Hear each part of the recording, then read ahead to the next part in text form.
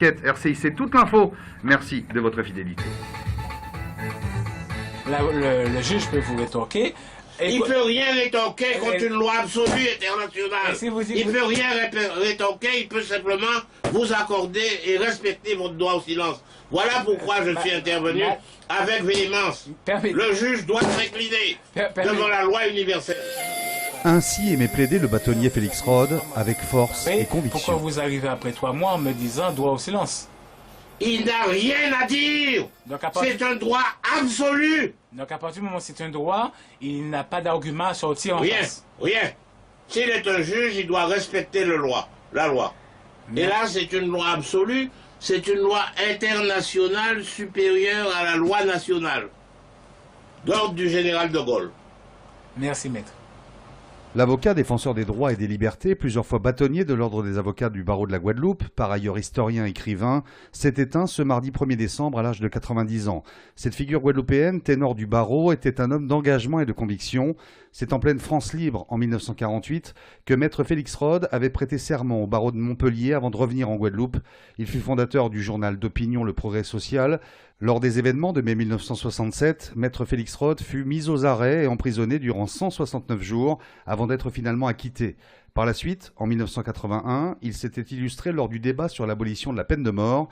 Et ce fut le 5 septembre 2014 qu'il raccrocha au vestiaire des avocats sa robe noire, en menant, devant sa fille Brigitte, également avocate, sa dernière plaidoirie. C'est la dernière fois qu'on m'entendra dans ce prétoire.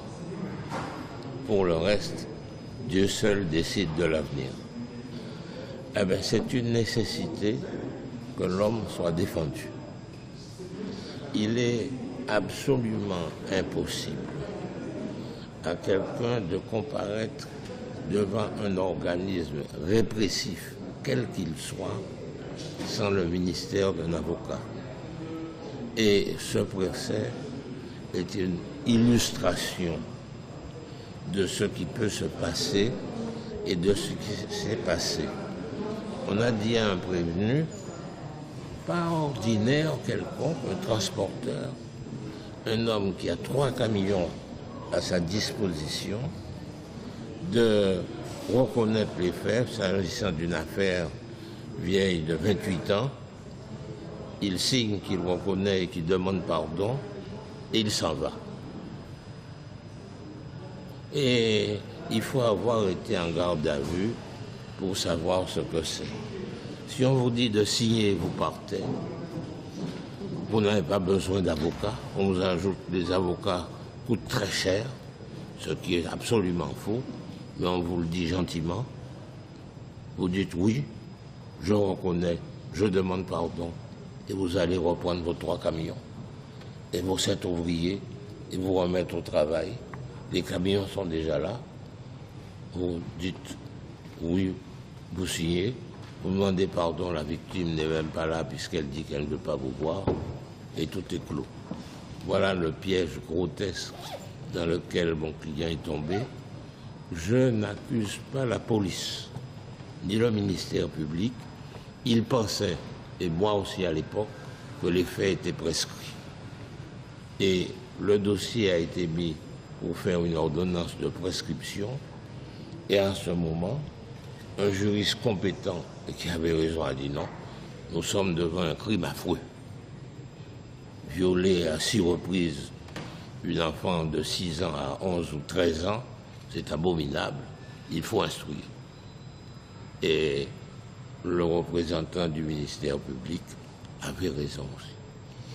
Et de cette série d'erreurs et de gens qui manipulaient des lois extrêmement délicates, on les remanie tous les 2 ans, tous les 3 ans dans la matière, et je comprends cela.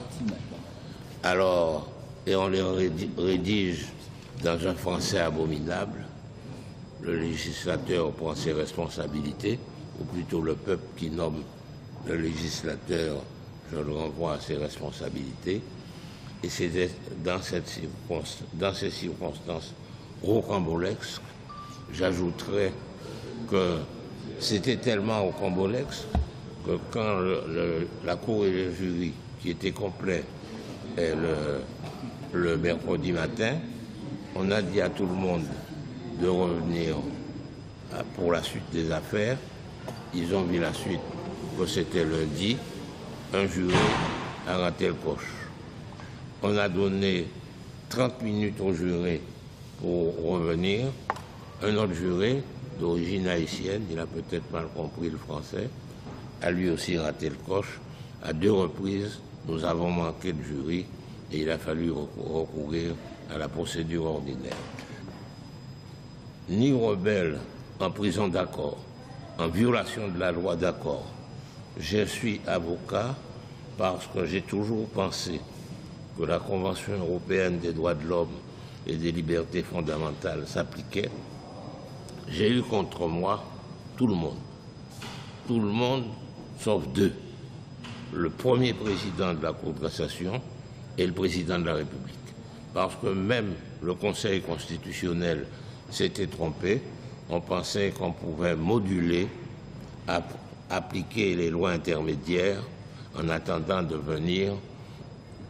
revenir à la Convention européenne de sauvegarde des droits de l'homme que la France, la République française, n'a jamais quittée. Je suis partisan du respect des lois de la République et du respect aussi des lois internationales qui, d'après la Constitution, article 55, sont supérieures aux lois internes et même depuis la reine Nicolo, supérieures aux lois internes, qu'elles soient antérieures ou postérieures. Appliquons les droits de l'homme, appliquons les lois. Voilà ma position fondamentale. Et l'on m'accuse d'être partisan de l'indépendance nationale et paradoxalement aussi d'être un adversaire de la République. Je suis pour la République et pour le respect, je ne dis pas que je suis pour les lois, et pour le respect des droits de la République et des lois internationales, et avec ça, tout le monde ira en paix.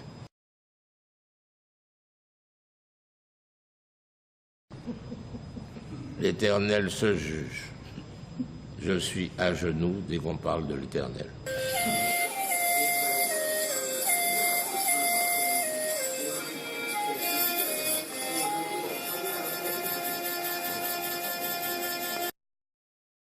Sur RCI, c'est la fin de cette édition. Merci de l'avoir suivi. Prochain rendez-vous avec l'information locale et régionale. 17 puis 18h pour le Caraïbe Soir. Très bon après-midi. Merci à vous, Richard Garnier.